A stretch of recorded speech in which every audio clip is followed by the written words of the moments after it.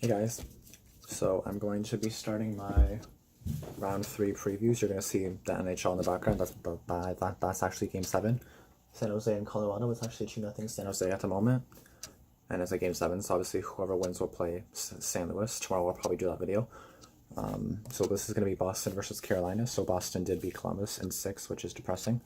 Of course, you guys know that I hate Boston, mainly because they took out Toronto, but I hated Boston always anyway. So of course I was going for Columbus, but... So yeah, round 2 for both teams. So Carolina swept the New York Islanders 4-0.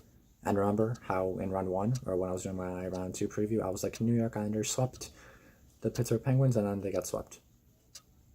Of 4-4 to start, or 4-0 to start the playoffs, 4-4 to end. Isn't that crazy? So Boston beat the Blue Jackets in 6 games. Obviously they won 4-2. Carolina at home was 2-0. Carolina on the road obviously was 2-0 as well. Boston at home and on the road was both 2-1. Going into their power play / penalty kill for round 2. Boston on the power play was 3 for 19 only, which is 15.7%. And their penalty kill, they killed 18 of 21, which is 85.7%. I'm going to tell you right now that Boston's penalty kill and power play is both better than Carolina's. Carolina's power play for the second round was 1 for 13, which is 7.6%, which is really bad. And the penalty kill for Carolina was 9 of 12, which is 75%. So that's obviously good, but not better than Boston. So for all of the playoffs, Boston power play is 10 for 35, which is 28.5%, and their penalty kill is 31 of 37 killed, which is 83.7%. Carolina's is obviously worse. Carolina's power play is 4 for 38, 10.5%, and then their penalty kill is 27 out of 36 killed, which is 75% as well, same as the first round. The season's is still 2-0, 4 minutes left in the first period. So season series, October 30th, Boston won the first game 3-2 in Carolina. The second game, December 23rd. Oh, I thought someone scored, sorry, I got distracted. December 23rd, Lucy's birthday actually. Carolina won 5-3 in Carolina. And then March 5th, Boston won 4-3 in overtime in Boston. So Carolina was 1-1 against Boston, and Boston was 2-1-0 against Carolina. Their playoff records in total, Boston is 8-5 and Carolina is 8-3. Right? No. Wait, yeah. So Carolina's 8-3 because they didn't lose a game at all in the that's right. So playoff round 2 records: Boston 4-2, Carolina 4-0. So now just going into the preview part. So Bruins defeated the Leafs 4-3 in the first round, and then they defeated the Blue Jackets 4-2 in the best of 7 Eastern Conference second round. For the Hurricanes, they defeated Washington 4-3 in 7. In 7 games, and then obviously defeated the Islanders 4-0. In the second round, again, this is the Eastern Series, 2-1-0 for Boston, 1-1 for Carolina.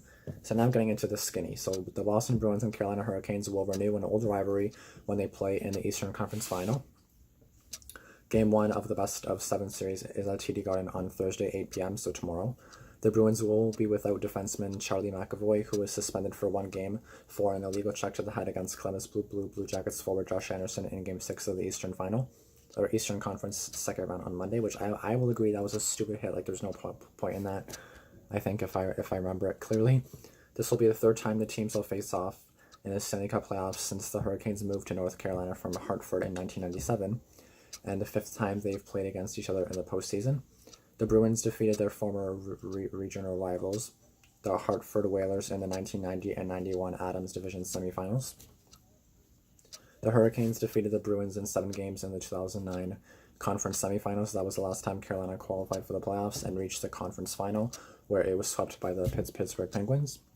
The Bruins eliminated the Blue Jackets on Monday to advance to the conference final for the first time since 2013. When they reached the Stanley Cup final before losing to the Chicago Blackhawks.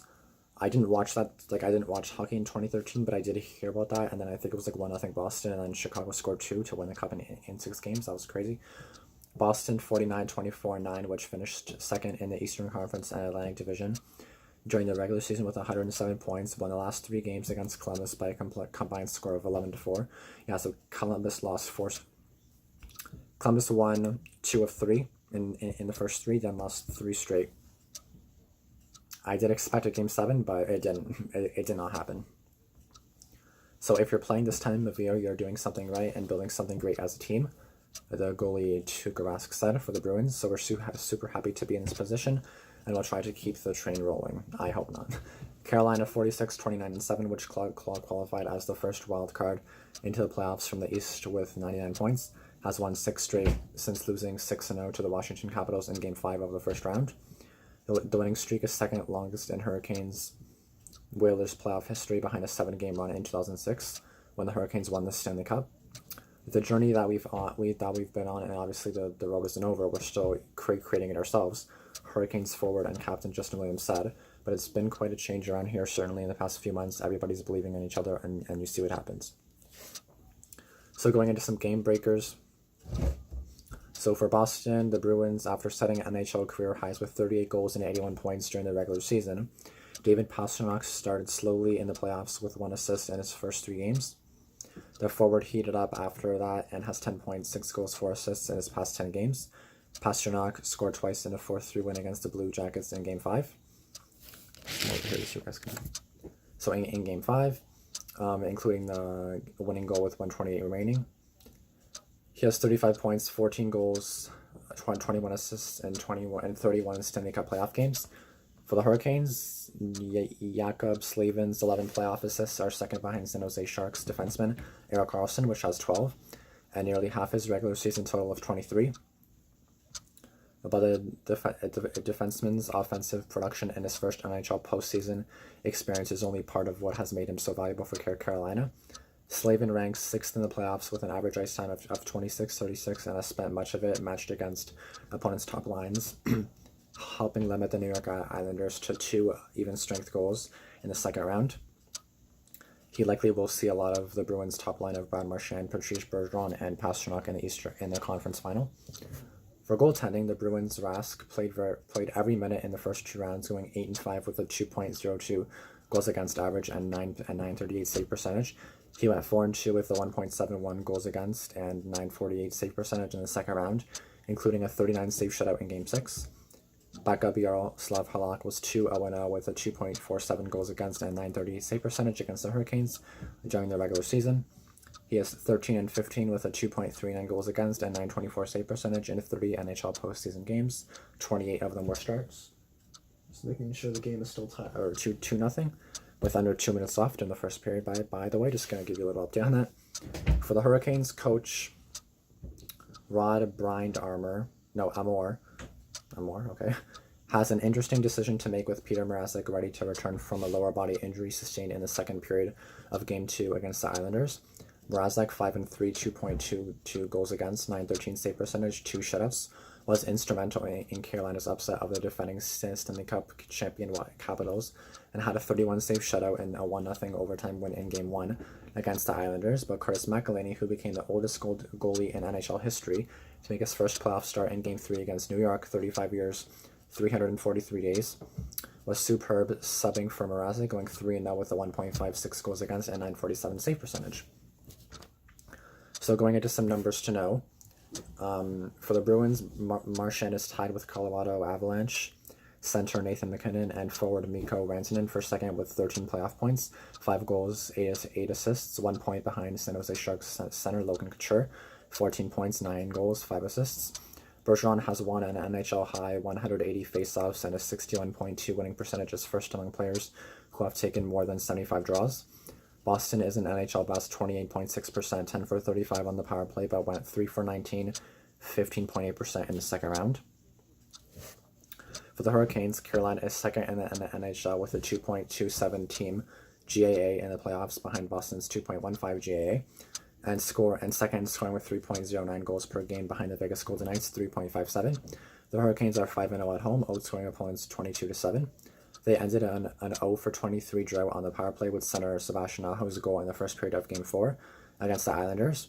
Forward Justin Williams' goal in Game 4 against New York was his 100th NHL playoff point, 39 goals, 61 assists.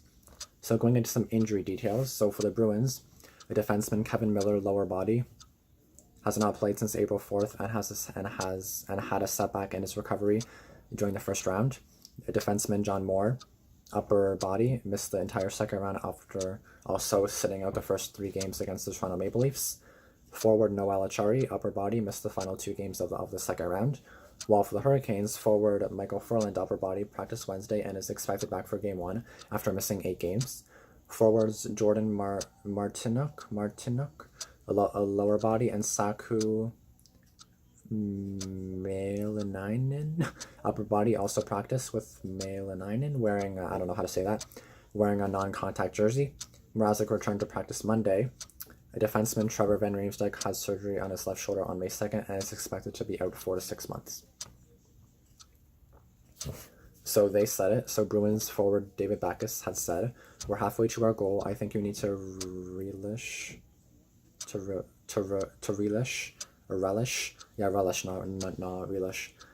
the plateaus along the way, and we're certainly at one of those. We're in the final 4 teams, and we've had to sacrifice to win some games against some really good teams. Toronto was a different beast than Columbus was, but they each bring their own challenges, and we were able to answer both challenges." For Hurricanes coach Rod Brian Amore said, "You need to have a lot of things to go your way, obviously, but we also had a lot of things not go our way, and that to me is where we established some sort of traction.